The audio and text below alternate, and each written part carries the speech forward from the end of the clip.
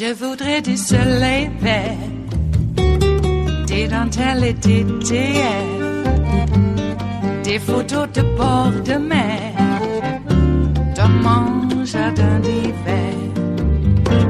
Je voudrais de la lumière, comme en Nouvelle-Angleterre. Je veux changer d'atmosphère, dans mon jardin d'hiver. Ma robe à fleurs, sous la pluie de novembre, tes mains qui courent, je n'en peux plus de t'attendre. Les années passent, qu'il est loin, là je tombe. Nul ne peut nous entendre. Je voudrais du Fred Astaire, revoir un latte. Sticking to the WikiLeaks portion of the investigation. Remember, that's how the emails got out there. Let's expand our view a little bit to the other players involved. Mueller is also investigating Roger Stone's confidant, Jerome Corsi. Now, Corsi's a far-right conspiracy theorist, considered to be the founder of the so-called birther conspiracy against Barack Obama, the one in which he is said to be not born in America. The special counsel is investigating both Stone and Corsi for what they knew before the release of those hacked Democratic emails during the 2016 elections, most notably those belonging to the chair of Hillary Clinton's presidential campaign, John Podesta. Now, just hours ago, NBC News senior investigations producer Anna Schechter finally sat down with Jerome Corsi. This was an interview a long time in the making. Told her that he figured out that Podesta's emails were coming out, maintaining that he never met with Assange. Joining me now, Anna Schechter, also with us, NBC News investigations reporter Tom Winter. When these two are here on set, you know something's up. Anna, you were sitting with me a week ago, 10 days ago or something. You were supposed to be talking to Jerome Corsi.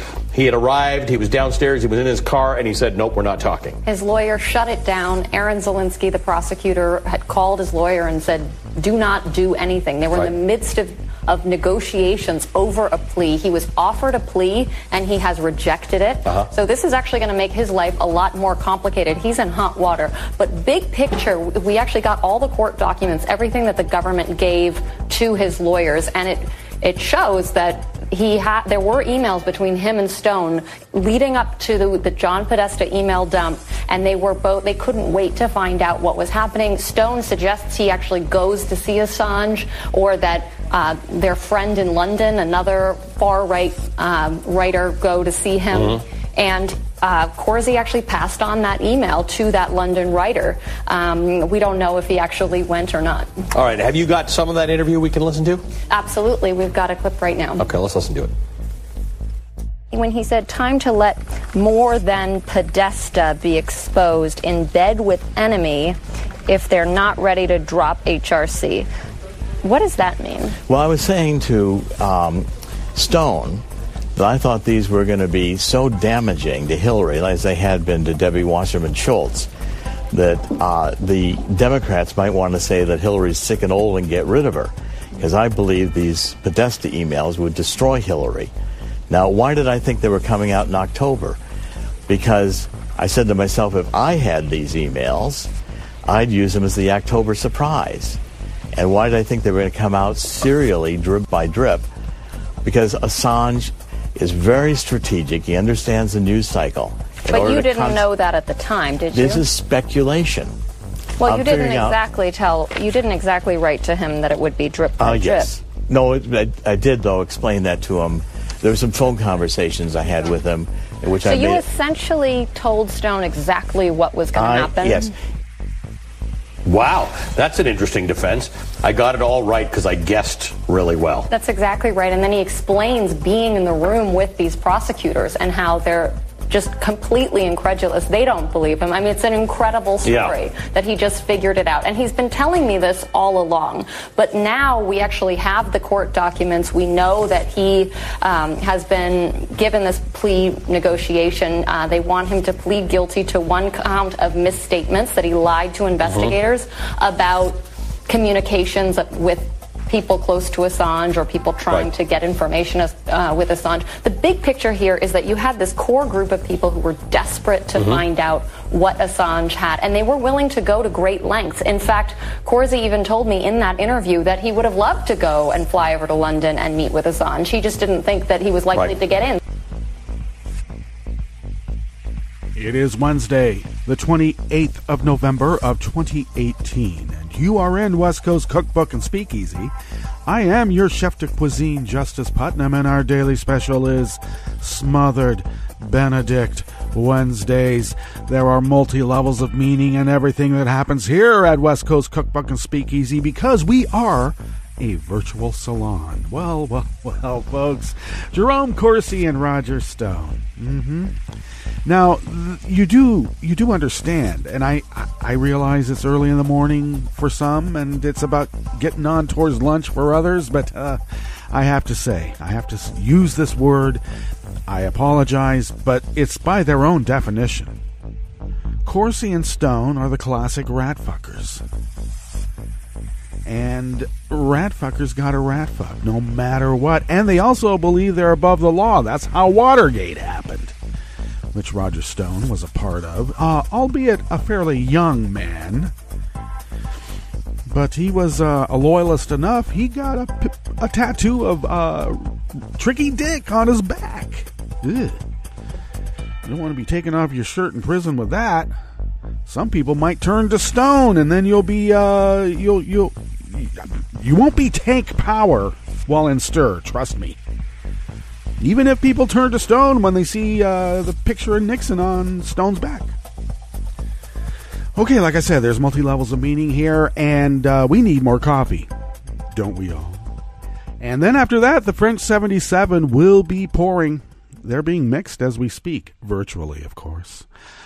Oh my God, what else is going on in the world? Well, yeah, Trump is having a meltdown. The screws are getting tighter and tighter and tighter. And he reacts in the classic mobster fashion. They will always tell you and show you what they are. So don't deny it. Let's see what else here. Trump promotes fan account image, fantasizing about jailing Mueller and Rosenstein for treason. Yeah. Well, of course he would like that. Everybody knows he would, because that's what a mobster thinks. Oh, but let's talk a little bit about Chuck Schumer. What is up with Chuck? I mean, his excuse is that this negotiation he's having with Trump. Trump wants what, $5 billion for his, vanity wall. And Chuck came back and said, "Now we're only going to give you 1.8." Chuck, he gets nothing. What the hell? It's supposed to be playing politics. Well, listen, we don't play politics that way, Chuck. And I think we just had an election that pretty much demands screw the wall and let's throw this guy in jail. Maybe some in Chuck's sphere would consider that to be unseemly. The rabble doesn't know what they want. That's why we're senators. We'll tell them what they want. Chuck, I don't know. Like I said, he gets nothing. And at the same time, there's a bunch of 5 white guys, and I say a bunch because that's their name, and there's a bunch of them. They're still attacking Pelosi. Chuck wants to give $1.8 billion for a vanity wall as some sort of negotiating tactic. Oh, well, I offered 1.8. Maybe we'll get away with only $3 billion. No, he gets nothing. So I suppose in the negotiating strategy, you have to think of something less than zero, and then get to zero as your final number. What could less than zero be? Maybe instead of 20 years in federal prison, you'll only have 5.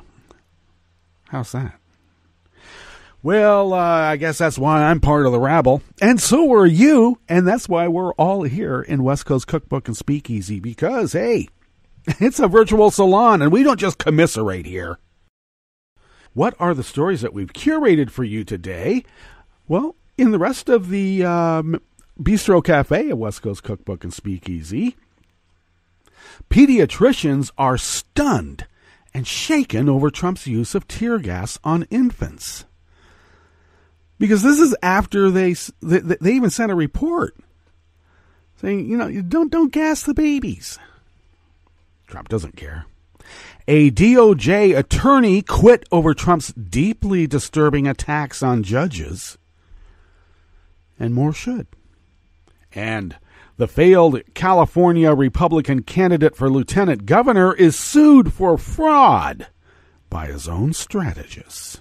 I guess his strategy of trying to skip out of town without paying his bills didn't work. After the break, we move to the chef's table where farmers are going bankrupt thanks to Trump's trade war. Told you so. And Phoenix-Mesa Gateway Airport is going after Trump for emergency funds they were forced to use on the rally for losing GOP candidate Martha McSally. Well, all that and more on West Coast Cookbook and Speakeasy. Bon appetit.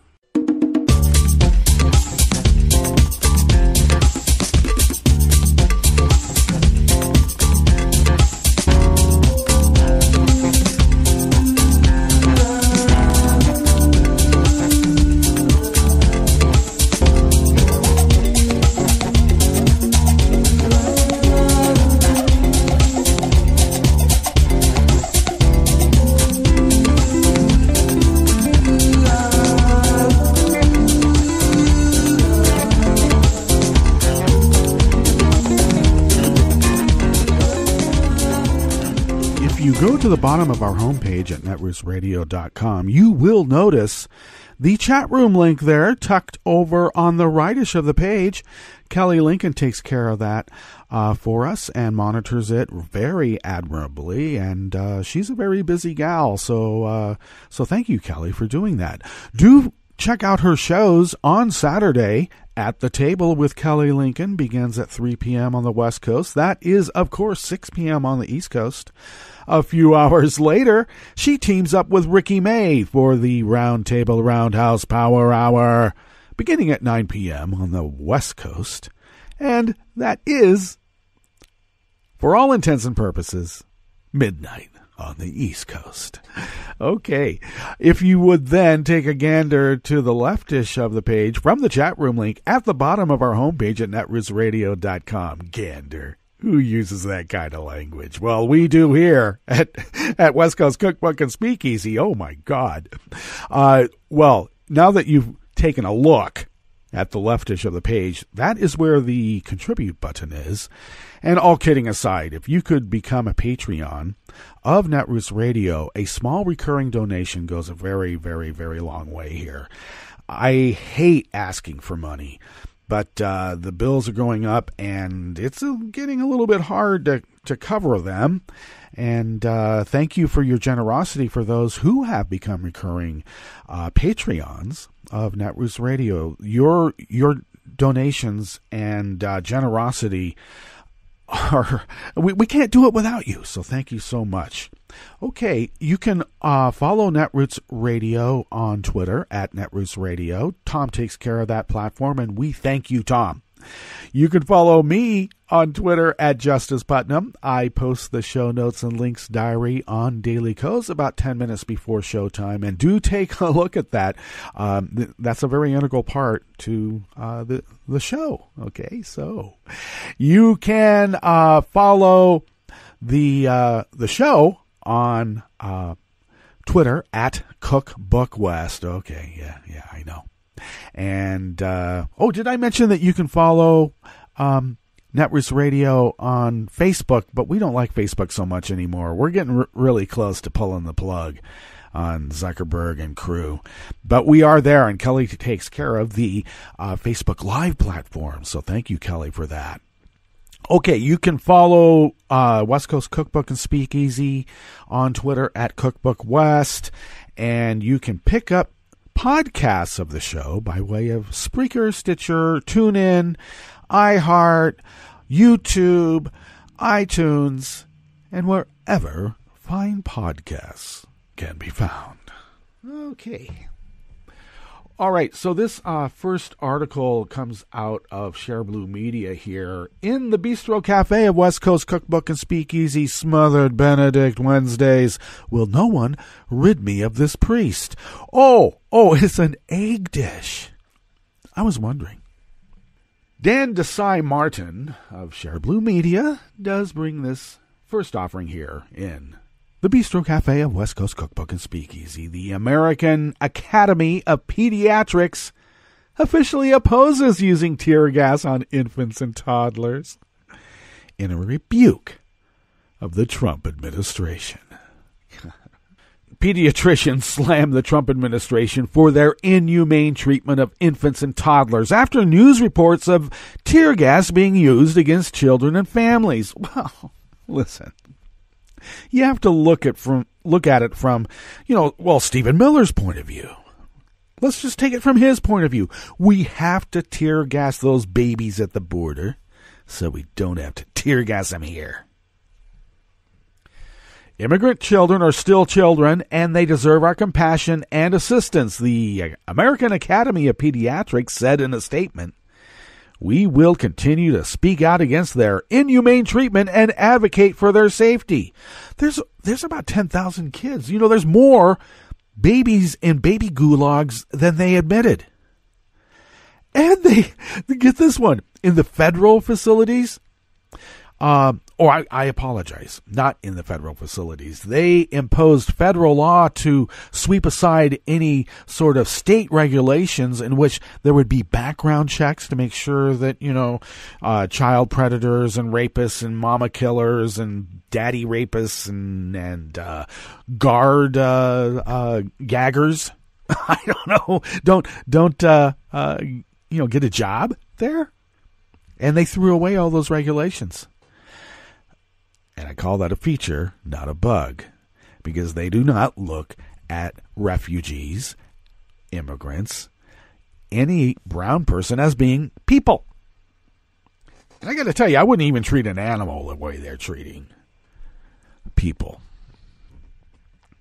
The AAP represents 67,000 pediatricians dedicated to the health, safety, and well-being of infants, children, adolescents, and young adults.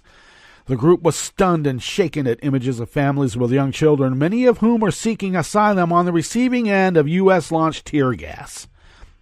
Using chemical weapons against infants and toddlers and diapers goes against evidence-based recommendations and threatens their short and long-term health, the group says. Children are smaller and breathe more rapidly than adults, which combines to magnify the harm of agents such as tear gas, the group explained, saying the science behind their objection to the Trump administration's attack on children is well established. In addition to the physical harm, the group is worried about the psychological ramifications of Trump's xenophobic anti-immigrant stance. Now, they're just talking about the kids, but it might be an affliction that's come to the fore in our whole nation. Indeed. Many of these children are fleeing conditions that threaten their safety and health. They have taken harrowing journeys to seek refuge in our country. Our government must take extra precautions when it comes to children, the doctors group said. Unfortunately, the Trump administration has shown a callous disregard for the well-being of children. Well, of course. And they ripped kids away from their parents in greater numbers than they admitted. There's more baby gulags with more babies in the gulags than they have admitted. Using tear gas on children shocks the conscience, and Trump's regime needs to listen to the pleas of pediatricians and stop these inhumane activities.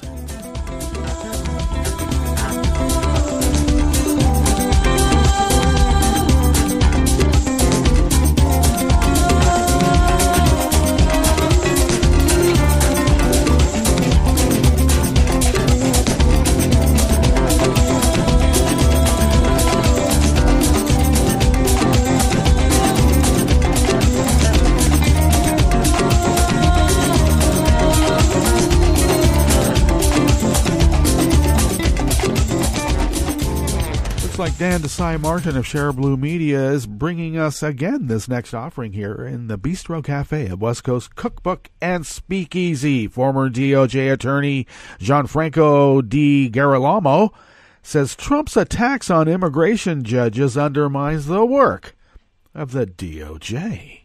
Trump's relentless attacks on the rule of law drove at least one Justice Department immigration attorney to call it quits and publish a scathing op-ed explaining why.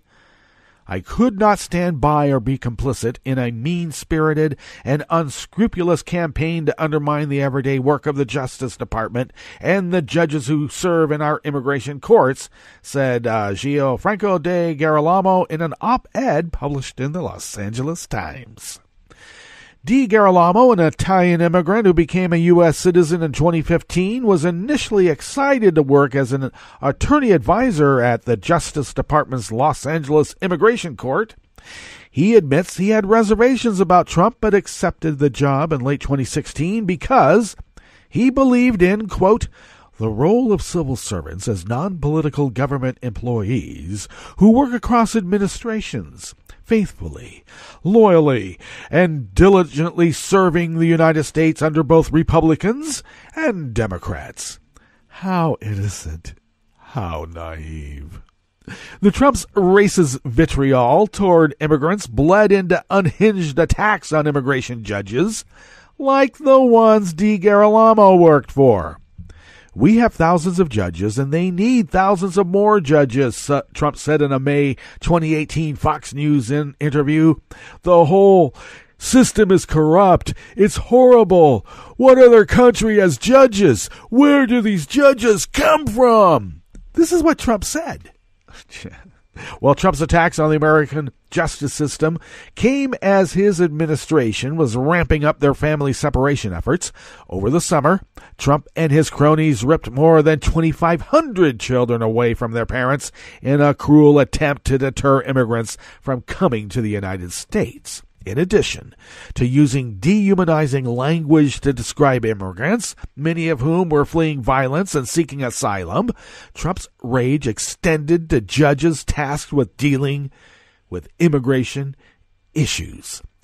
The demoralizing effect on immigration judges was palpable, Di Girolamo said. Judges he worked with made clear that this was an unprecedented attack on the justice system. After voicing concerns to his supervisors, Di Girolamo ultimately resigned, saying, I was unwilling to continue to lend credence to this compromised system. An immigrant himself, he refused to help what he called a campaign that hurts many of my fellow immigrants in the process.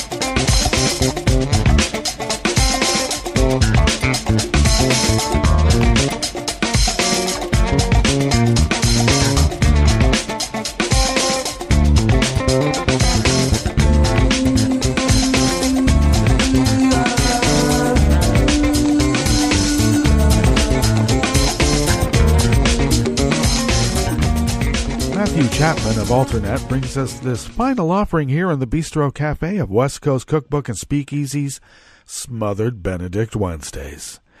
The Los Angeles Times reported that Cole Harris, a private equity CEO from San Marino, who came in third in the top 2 primary for Lieutenant Governor of California, is being sued by his own strategists. Well, Cole Harris, who received attention for social media posts showing him posing on a yacht in front of a private jet and with exotic cars and expensive French wine, received 17.5% of the vote in the 12-person June 5th primary. He was sued last month in L.A. County Superior Court by a Florida-based political consulting company Majority Strategies, which alleges breach of contract and fraud by Harris and his campaign. The lawsuit accuses Cole of failing to pay $420,000. Well, Harris consistently and deliberately misrepresented his ability to raise and provide Majority Strategies with the necessary funds to run a campaign that would result in success in the California Lieutenant Governor primary and his goal of increased name identification statewide, the lawsuit stated. Harris, who allegedly told the firm he would self-fund $10 million, but only put up about $2.2, denies breaching his contract with Majority Strategies, insisting they made promises they didn't keep, and adding, "It's not a matter of me not wanting to pay them. It's just a matter of I'm standing up for integrity." Spoken like a true Republican. Boy, he knows how. How did he lose? Oh, it's California. San Marino. Pretty conservative area. The legal flaps mark a final embarrassment for the California Republican Party, which is reeling so badly in midterm losses. In 2018, the California GOP failed to win a single statewide office and did not even get to run a candidate for Senate for the second straight year in a row. They lost 6 House seats, including the entirety of the famously conservative Reagan stronghold of Orange County. And they are on track to lose a 7th as Democrat T.J. Cox takes a late ballot lead over incumbent GOP Representative David Valadao in the Central Valley. Actually, I think they may have called that race for the Democrat. In the legislature, Democrats regained their state's Senate supermajority after briefly losing it in June when Republicans recalled Senator Josh Newman over the state gas tax hike. And to add insult to injury, the GO-backed ballot referendum to repeal that tax hike, which they had hoped would be the one statewide vote to encourage conservatives to turn out, failed by 11 points. The midterms went so badly for the California GOP, in fact, that some of their strategists are now openly questioning whether the party is even viable in the state anymore. So, a bitter legal fight over the finances of a candidate who did not even make it to the general election is the last thing the party needs or wants to grab press. Well, they didn't want to have any press coverage on it. That's why we're here. Okay, let's get to our break. And when we come back, we will go through weather from around the world. And once again, there is weather from around the world. And we will finish up with those stories that we've curated for you today. You are listening to West Coast Cookbook and Speakeasy, and we will be right back. You are listening to netrootsradio.com. Please hang up and try again.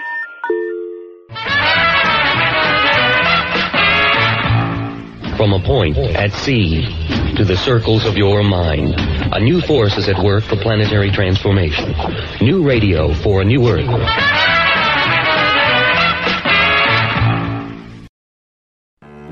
Every day, I wake up at 5 a.m. to give Dad his medicine. Every day, I wake up at 5 a.m. to give Dad his medicine. At 6 a.m., I make his breakfast. Every day, I wake up at 5 a.m. to give Dad his medicine. At 6 a.m., I make his breakfast. At 7 a.m., I shower. Every day, I wake up at 5 a.m. to give Dad his medicine. At 6 a.m., I make his breakfast. At 7 a.m., I shower. I start laundry at 8. At 10, we go for a walk. Every day, I wake up at 5 a.m. For those dealing with the daily struggles of caring for a loved one, we hear you. That's why AARP created a community with experts and other caregivers for advice, tips, and support. Together, let's help each other better care for ourselves and the ones we love. Visit aarp.org/caregiving. A public service announcement brought to you by AARP and the Ad Council. This is Take Two Movie Review. I'm Mike Friend. This week, movie mashup. When an A-lister like Liam Neeson is apparently blown up before you get through the buttered part of your popcorn, you know you're in for some serious non-sequential storytelling or some really bizarre plot twists. In the case of Widows, you get both. Based on a Thames TV miniseries from the 80s, the action, transferred to present-day Chicago, finds the widows of some men killed in action, so to speak, in a criminal enterprise having to take on the job of their late husbands for their own survival. Superimposed on the story is a political drama where what seems like an upstart African-American politician is trying to defeat a dying, long-time machine politician who's attempting to install his son in his alderman's seat. Tying the stories together is the fact that the job where the women's husbands died involves stealing $2 million from said politician, who we quickly discover is just a mob boss. So what 12 Years a Slave director Steve McQueen has concocted here is a heist picture that's also a political thriller and a gangland adventure. And it all works, thanks especially to some strong performances. Viola Davis is ready for the front lines as ringleader Veronica. Daniel Kaluuya, the nice guy from Get Out, is a menacing, sadistic enforcer. Robert Duvall, a seedy, disgusting racist, as the retiring alderman, and Colin Farrell, as his son, is wonderful as an opportunistic weasel, almost to the point of stereotype. You can think of Widows as Ocean's 8 that won't be playing on Lifetime in a couple of years. As a film portraying female empowerment, an interesting mind excursion is imagining these women versus the ladies from Oceans. Of course, that picture was mostly a comedy. Exactly what Widows is can be debated, but it's a ride not to miss. This has been Take Two Movie Review. I'm Mike Friend. Catch up with us at Take2MovieReview.com and feed us back on our page on YouTube.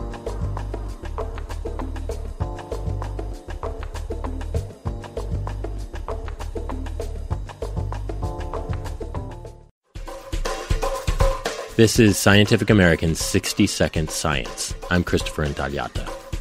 You've probably seen those little cards in hotel rooms. Towel on the floor if you want a fresh one. Towel on the rack if you'll use it again. And using towels more than once means less laundry, which saves water and energy. But you don't pay the utility bills at the hotel. So do you really care? Well, a new study in the journal Nature Energy suggests hotel guests really are motivated to conserve for factors other than money. The study actually shows that even if people have zero financial benefits, they still respond to this kind of feedback for environmental reasons. Verena Tiefenbeck studies information systems research and behavioral economics at the Swiss Federal Institute of Technology in Zurich. Her team studied the lodger energy use issue by installing smart shower meters in 6 Swiss hotels, 265 rooms in all. The meters displayed an ongoing tally of water and energy use as guests were washing up. 20,000 showers later, the scientists found that their simple intervention encouraged guests to use 11% less energy per shower. That's compared to guests in a control group who simply saw the water temperature displayed on the meter. This finding probably won't revolutionize the bottom line for hotels, though. Each smart meter would save a hotel only about $20 a year. But in homes, where most people take most of their showers, the savings actually could add up for the individual. And devices like these could help consumers focus their efforts where they matter most. Most people think that they should switch off the lights, which isn't the most effective thing to do, and they don't know that the actual big end users would be space heating and water heating. So now you know. Even without a smart device, if you want to cut your energy bill, try lathering up just a little bit faster. Of course, if you're staying at the Bates Motel, maybe skip the shower altogether.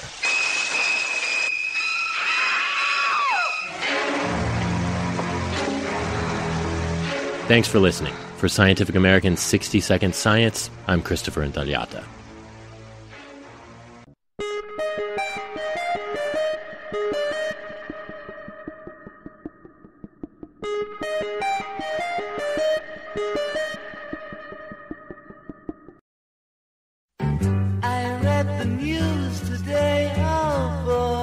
It's time for Nicole Sandler's What's News from NicoleSandler.com and the Progressive Voices Network. As pundits warn that the Mueller probe could be close to wrapping up, something Mueller's office has never commented on and might be totally untrue, we're seeing some movement. The New York Times reporting that one of Paul Manafort's lawyers regularly briefed Trump's legal team about Manafort's conversations with federal investigators as part of Mueller's probe into the Russian meddling in the 2016 elections, even after Manafort and Mueller's people reached a plea deal. The reporters write that Manafort's lawyer, quote, repeatedly briefed President Trump's lawyers on his client's discussions with federal investigators about Mr. Manafort after Mr. Manafort agreed to cooperate with the special counsel, according to one of Mr. Trump's lawyers and two other people familiar with the conversations. The arrangement was highly unusual and inflamed tensions with Mr. Mueller's office when prosecutors discovered it after Mr. Manafort began cooperating 2 months ago, the people said. Some legal experts speculated that it was a bid by Mr. Manafort for a presidential pardon, even as he worked with the special counsel, Robert Mueller, in hopes of a lighter sentence. Well, Manafort's plea deal with Robert Mueller blew up after he repeatedly lied to investigators, an allegation that Manafort denies. Both sides asked the judge to move forward on sentencing immediately. That wasn't the only breaking news story on Monday. Brian Williams of MSNBC also told about some draft emails from Jerome Corsi to Roger Stone, warning Stone that 2 more WikiLeaks document dumps would be coming in October. Mueller's team has obtained email communications from August of 2016 between the conservative author and conspiracy theorist Jerome Corsi and Trump advisor and longtime friend Roger Stone, the WikiLeaks release of emails stolen from the Clinton campaign. These Corsi-Stone emails showed up in a draft court filing sent from Mueller's team to Jerome Corsi's lawyer. NBC News reports that according to court papers, Corsi told investigators that an associate, identified by Corsi as Roger Stone, asked him in the summer of 2016 to get in touch with an organization identified by Corsi as WikiLeaks about unreleased materials relevant to the presidential campaign. NBC says Corsi told Mueller that he declined the request. But Mueller's team says that wasn't true. The court document says Corsi passed on the request to someone in London and then eventually did email Stone in August saying WikiLeaks had damaging information on Clinton and it would release it in October of 2016. The Guardian published a bombshell story on Tuesday alleging that Manafort had multiple meetings with Julian Assange at the Ecuadorian embassy where he's been holed up for years. The meetings are alleged to have taken place dating back to 2013 and includes one in March of 2016, just as Manafort became Trump's campaign chair. Donald Trump sat for 2 print interviews on Tuesday with the Washington Post and Politico. The Post's Philip Rucker was one of the reporters asking the questions. He was his normal self. He's charming and charismatic and wants you to like him. He offered us drinks. He had no notes in front of him. The desk was pretty clear. He did have aides, though. Both Sarah Sanders and Bill Shine, as well as Kellyanne Conway, counselor to the president, sat alongside us next to the Oval Office. And the president, in one area, was particularly unusually disciplined when we asked him about the latest developments in the Mueller probe, the Russia investigation, and the news about Paul Manafort. He refused to talk about that on the record. He said, look, I'm not going to get in the middle of that situation. He talked to us at length about it off the record and shared his views, but when we pressed him if we could share any of those comments with the public on the record, he said no, and that seemed to be him following direction from his staff. To the Post, Trump placed responsibility for recent stock market declines and this week's announcement of General Motors cutbacks on the Federal Reserve. During this bizarre interview with the Washington Post, he declared that he is, quote, not even a little bit happy with Jerome Powell, the man he installed as chairman of the Federal Reserve. In the same interview, when asked about the report on climate change, Trump dismissed the National Climate Assessment. He actually said this, quote, one of the problems that a lot of people like myself, we have very high levels of intelligence, but we're not necessarily such believers. As to whether or not it's man-made and whether or not the effects that you're talking about are there, I don't see it. The 2018 midterm elections are slowly winding down. On Tuesday, New Mexico certified the results of the congressional race, giving Democrats yet another victory, as Xochitl Torres-Small, the Democrat, officially defeats Republican Yvette Herrell. This brings the number of Democratic gains in the House to 39 seats, with one race still outstanding. In Mississippi, Republican Cindy Hyde-Smith defeated her Democratic challenger Mike Espy in the Senate runoff election. Although news organizations are hailing that race as the end of the 2018 midterm elections, there's actually still one more important race to go. Georgia will go to the polls again on Tuesday, December 4th for the runoff election for Secretary of State between Republican Brad Raffensperger and Democrat John Barrow. The outgoing Secretary of State, now Governor-elect Brian Kemp, is accused of suppressing the vote of minorities in this year's elections. And that's a bit of what's news for now. I'm Nicole Sandler. If you appreciate these reports and the Nicole Sandler Show, I hope you'll consider making a contribution. My work is 100% listener funded, and I can't do it without your help. Find out more at NicoleSandler.com/donate. This is Solidarity News on Radio Labour. This is a Radio Labour report recorded on Wednesday, November 28th, 2018. I'm C. Marie Ainsborough. A new survey by the UN's International Labour Organization shows that global wage growth in 2017 fell to its lowest rate since the Great Recession of 2008. According to the ILO's Global Wage Report 2018-2019, wages are stagnating despite rising production, which means lower economic growth and living standards. Guy Ryder is the Director General of the ILO. He is the first unionist to lead the organization in its 99-year history. In an interview with UN News, he was asked about the report's findings. The report, which is about wages in the world, shows that the rate of growth of wages around the world is slowing down. We're down to the lowest rate of wage growth, 1.4%, since the 2008 global crisis. And I think this should be a source of worry. It means people's living standards are not increasing as much as we would like. It means that wages are still growing much less slowly than productivity, which means that there's been a transfer of income away from working people towards other sectors of the economy. And I think that has implications for demand. If you haven't got money in the pocket, you can't spend money. If you can't spend money, well, enterprises suffer, investment opportunities become more rare. So it is a worrying report. The main findings are worrying. One of the significant findings of the ILO report is that wages are rising much faster in the developing world than in economically advanced countries. Mr. Ryder was asked why this was happening. Beneath these totals, what we see, and it's, again, a long-term trend, is that whilst wages are growing more slowly in the richer countries, the industrialized north, if you wish, they're growing much more quickly in the emerging and developing countries. And this is not something new. This sort of process of double speed has been with us for a long time. And it does mean that we are seeing some degree, I don't want to exaggerate it, of convergence. That is to say, wages in developing countries are increasing more quickly than those in the higher income countries. And that sounds like good news, because we all want to see convergence around the world. But let's not exaggerate, because the gaps are still very, very big.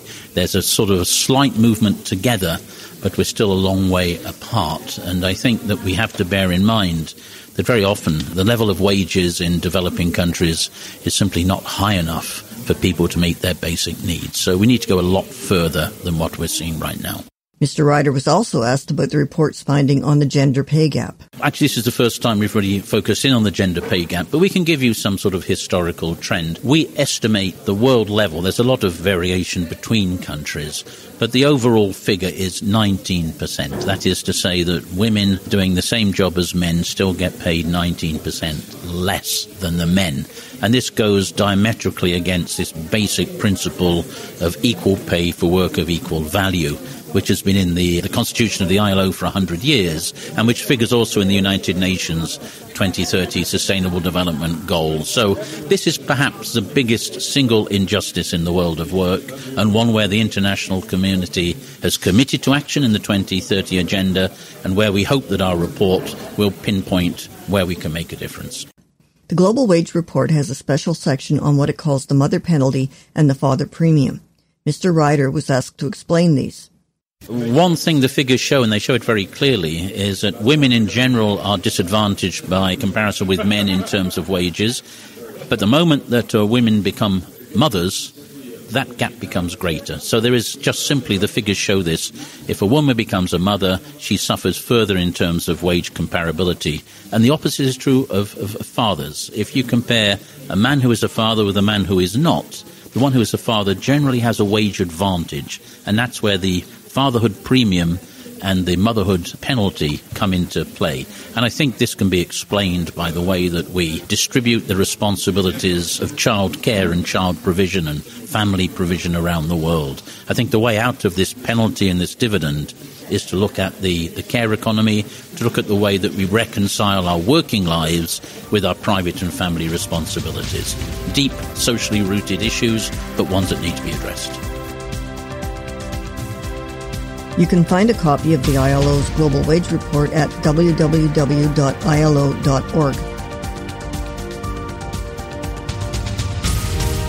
I'm Steve Marie Ainsborough. Thank you for listening.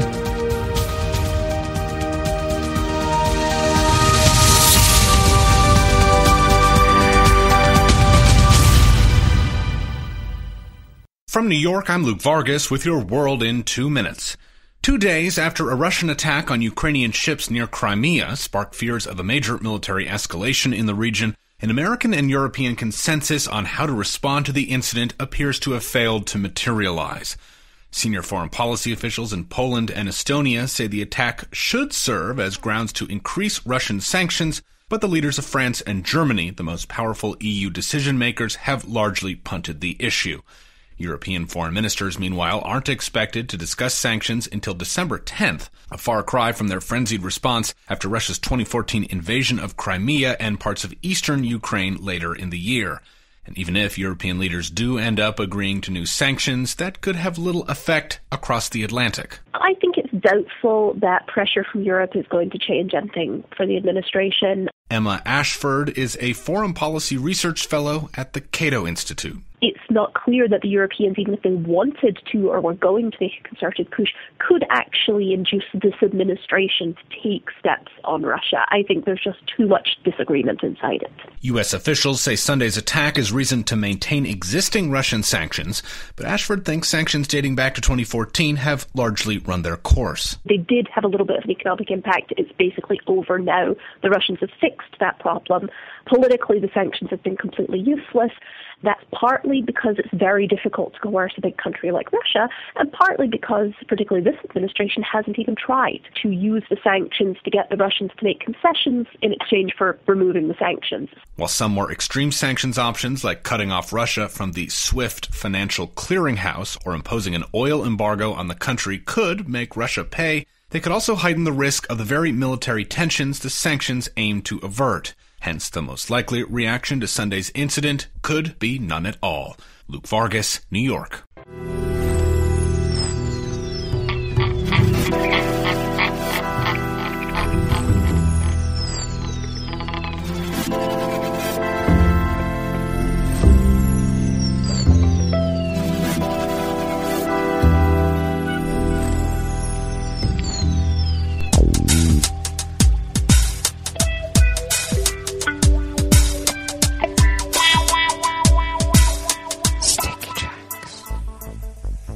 Thank you for accompanying us here to the chef's table at West Coast Cookbook and Speakeasy's Smothered Benedict Wednesdays. Well, we always begin weather from around the world along the banks of the Rogue River and the Rogue River Valley of Southern Oregon on the west coast of the continental United States of America, where it is currently 43 degrees Fahrenheit, and it even feels like 43.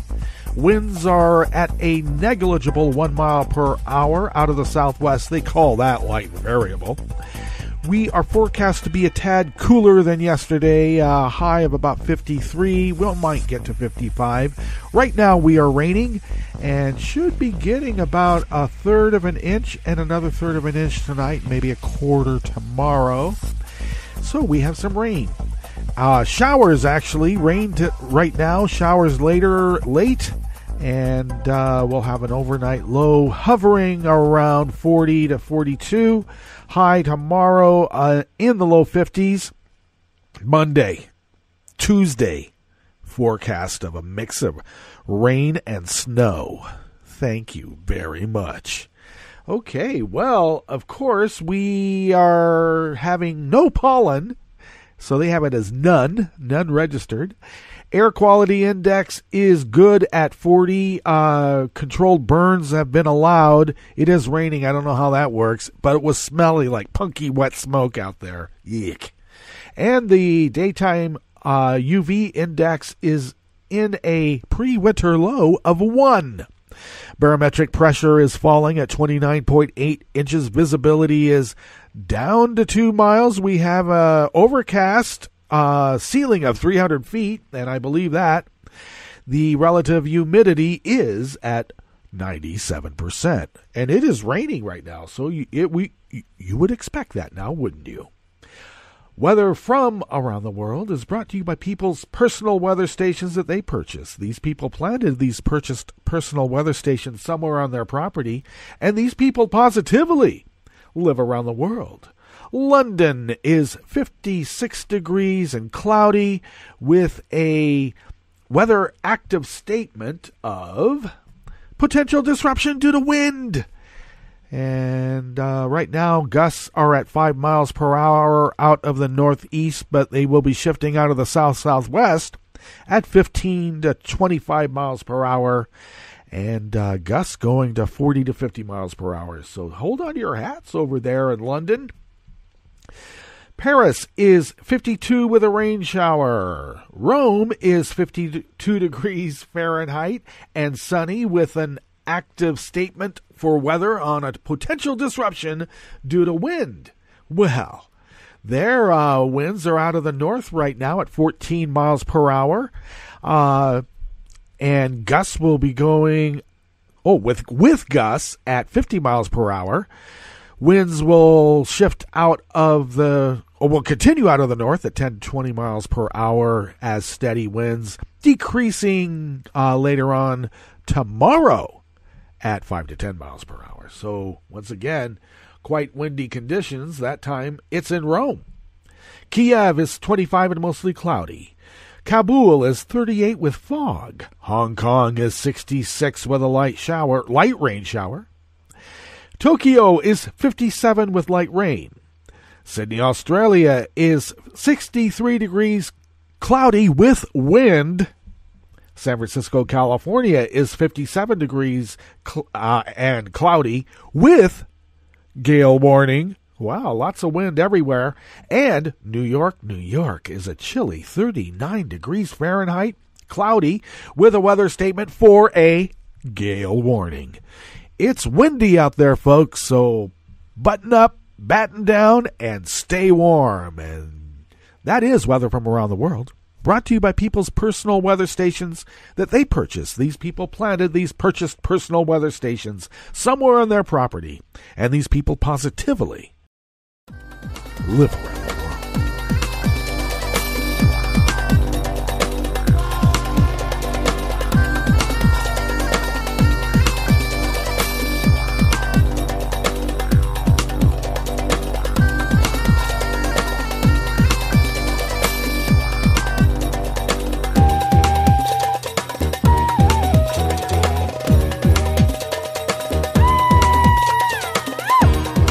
Dan Desai Martin has written a lot of articles today at here for Share Blue Media, and he starts us off here for the first amuse-bouche at the chef's table at West Coast Cookbook and Speakeasy, not counting weather from around the world. Well, Trump's trade war continues to wreak havoc on farms in the Midwest, with a sharp increase in farmers filing for bankruptcy over the past year. And the worst is likely yet to come, the Star Tribune reports, based on an analysis by the Federal Reserve Bank of Minneapolis, finding that the bankruptcy trend has, quote, not yet seen its peak. Oh my.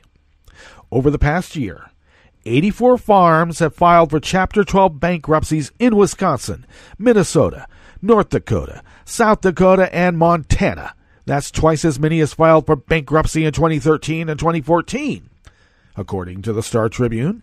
And Trump's trade war is playing a significant role in driving these farmers into bankruptcy. The situation for most farmers has worsened since June under retaliatory tariffs that have closed the Chinese market for soybeans and damaged exports of milk and pork, reports the Star Tribune.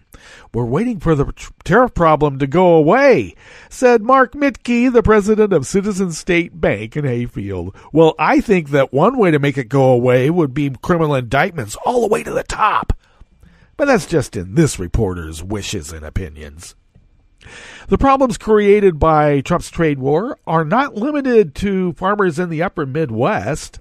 A new report from the Federal Reserve Bank of Kansas City, which oversees Colorado, Kansas, Nebraska, Oklahoma, Wyoming, portions of Missouri, and New Mexico, showed that more than half of bankers in the district reported lower farm income than a year ago. They also said they expect farm income to weaken in coming months. Trump's not going to want to hear that, and he's going to make it more difficult for you for bringing it up. Some farmers are simply throwing in the towel. Wisconsin has seen the number of licensed dairies drop by about 1,200 since 2016. Farmers aren't the only ones suffering. Manufacturing is also taking a hit as companies like Harley-Davidson and GM close factories across the country. Trump once boasted that trade wars are easy to win, but his blustering incompetence is bankrupting families and hurting the American economy. Well, of course, you know, he only went to a military-themed economic school at Wharton.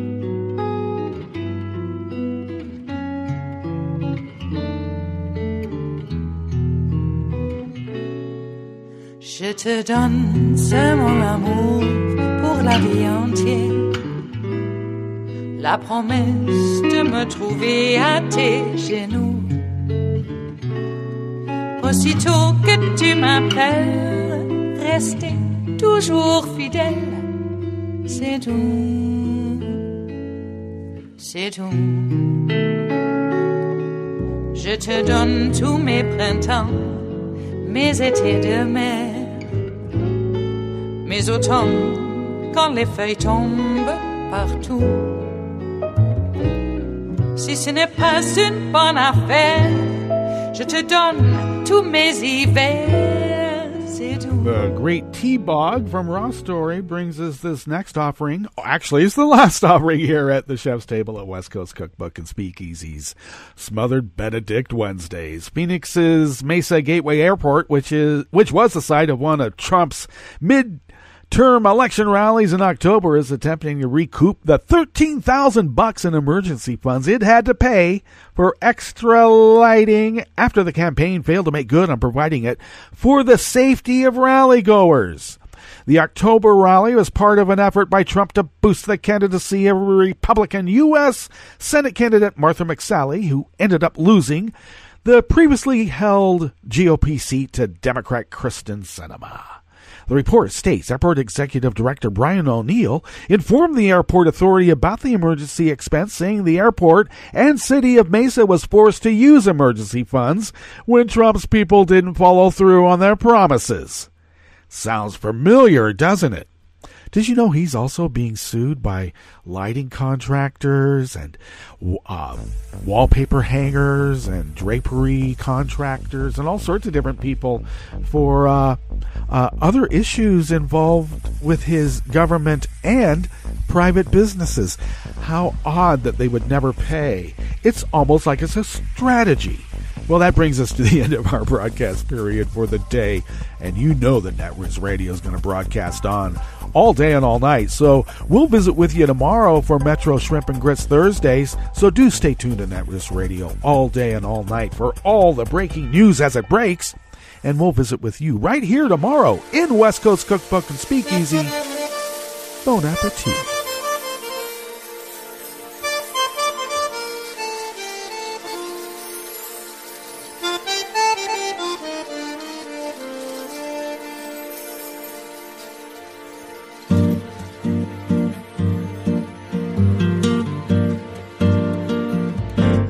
Je voudrais du soleil vert, des dentelles et des théères, des photos de bord de mer, dans mon jardin d'hiver. Je voudrais de la lumière, comme en Nouvelle-Angleterre. Je veux changer d'atmosphère, dans mon jardin d'hiver. Ma fleur sous la pluie de novembre, tes mains qui courent, je n'en peux plus de t'attendre.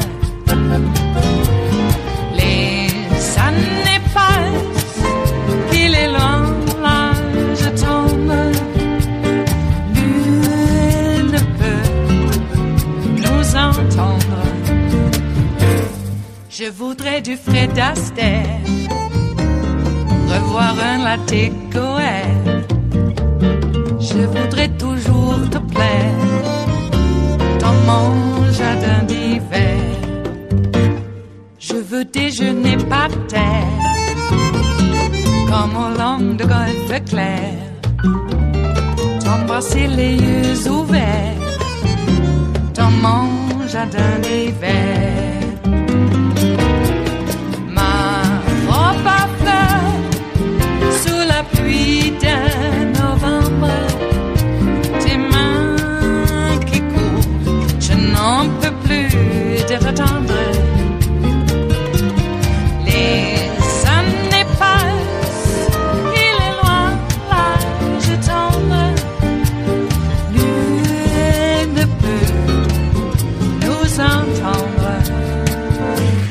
Ba-da-da-dum-di-da-dum, ba-da-da-dum-di-da-dum, ba-da-da-dum-di-da-dum, dans mon jardin d'hiver.